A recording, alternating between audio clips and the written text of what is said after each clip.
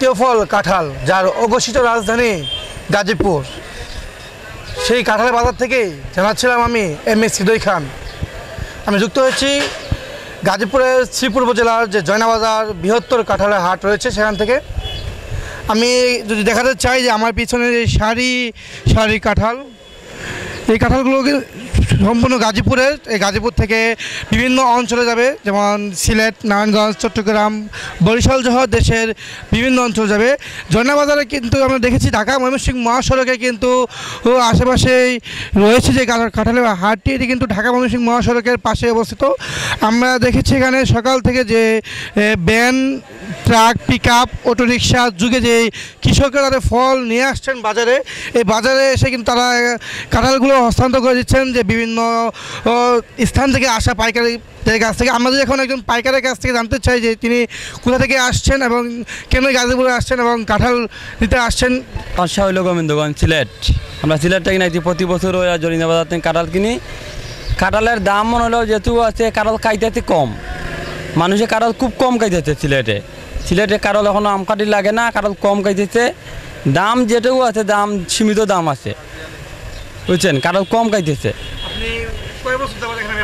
এই 20-25 বছর ধরে ব্যবসা করতেছি। এখন ফলন ভালো আছে, ফলন ভালো হয়েছে হইলে মানুষ খাইতেছে কম, খুব কম খাইতেছে কাঁঠাল। মাঝে গরমের দা খাইছে না, এখন ঠান্ডা পড়ছে মোটামুটি খাইতেছে। সিলেট গোবিন্দগঞ্জ। 1500 পিস নেই প্রতিদিন, 1500 পিস নিচ্ছি, 8-10 কারি নিচ্ছি। হ্যাঁ, যেমন জানাচ্ছিলেন একজন পাইকারি, কাঁঠাল আছে মোটামুটি ভালোই। গাজীপুর বাংলাদেশের মধ্যে গাজীপুরে কাঁঠাল ভালো বেশি, সবচেয়ে দাম বেশি, দর্শক আছে।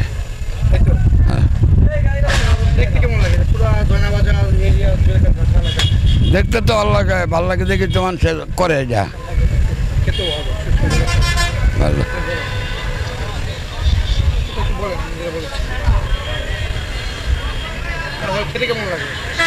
কাঁঠাল খাইতে ভালো, গাজীপুরে কাঁঠাল খাওয়াত ভালো। যেমন জানাচ্ছিলেন এখানকার একজন বাসিন্দা। তবে আমি এখানে দেখেছি যে কাঁঠাল যে ক্রয় বিক্রয় হচ্ছে সেটি কিন্তু প্রতি বছরের তুলনায় এবারও ব্যাপক হারে বৃদ্ধি পাচ্ছে।